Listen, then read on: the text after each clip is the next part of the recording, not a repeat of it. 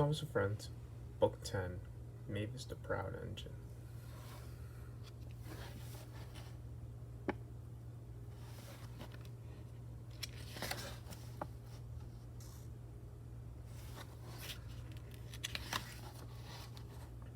This is a story about Mavis the Diesel Engine.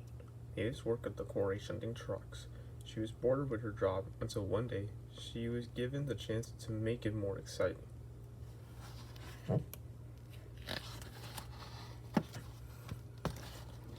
Mavis was a diesel engine who worked at the quarry. She shunted trucks for other engines to collect.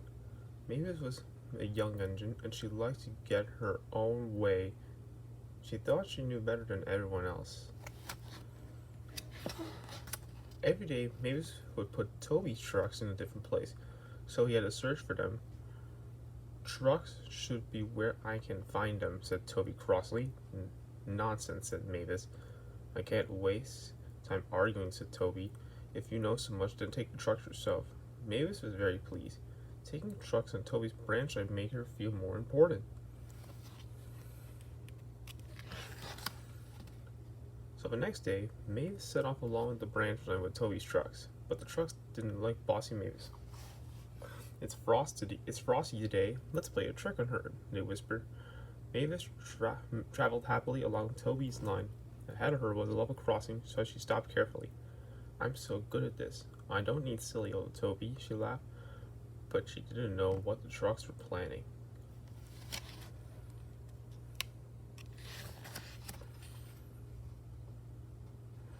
When it was time to move again, the trucks whispered to each other, hold back, hold back.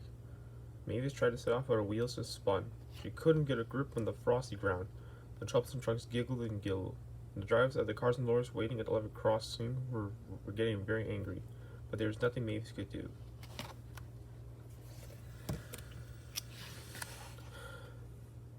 Then Mavis saw Toby approaching in the distance. He had come to help. Having trouble, Mavis? He smiled. Mavis felt cross and silly. She had boasted to Toby that she knew best, and now she was stuck and Toby had to rescue her. Toby was coupled to Mavis. He popped and slipped, and at last he got Mavis and the trucks moving. Mavis hardly helped at all. She didn't even say thank you. When Mavis got to the quarry, the fat controller was very cross with her. You're a naughty engine, he said. You will stay here in future. Mavis felt angry. She thought the quarry was boring. She wished she could go on Toby's branch line again. Soon spring arrived on Soder. It was a very busy time at the quarry. Every day, Mavis got the trucks ready for Toby, but she was never allowed to take him along Toby's branch line.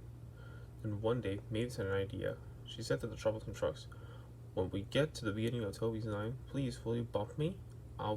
Then I'll be on this line whether he likes it or not. Yes, yes, yes, giggled the trucks.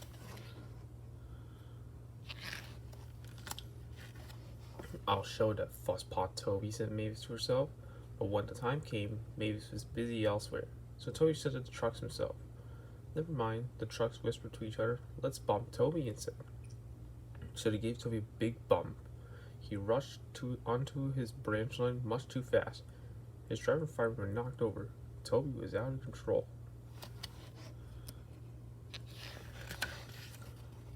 Toby couldn't stop. He rushed over the little crossing. Luckily, there weren't any cars there. Up ahead, there was no bridge. The river had flooded, and part of the bridge has been washed away.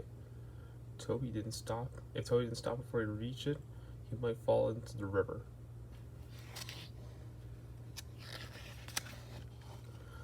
As Toby approached the bridge, the rails stretched across the gap just like a tightrope. His driver braked hard, but Toby slid across the tracks. His brakes squealed. He used every bit of his strength and stopped, just in time.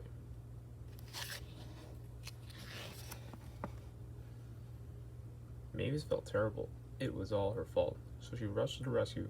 First, she pulled the trucks back up the track. Then she helped pull Toby carefully away from the bridge. I'm sorry, Toby, she said. It's all my fault. Never mind, Mavis, said Toby kindly. Thank you for rescuing me.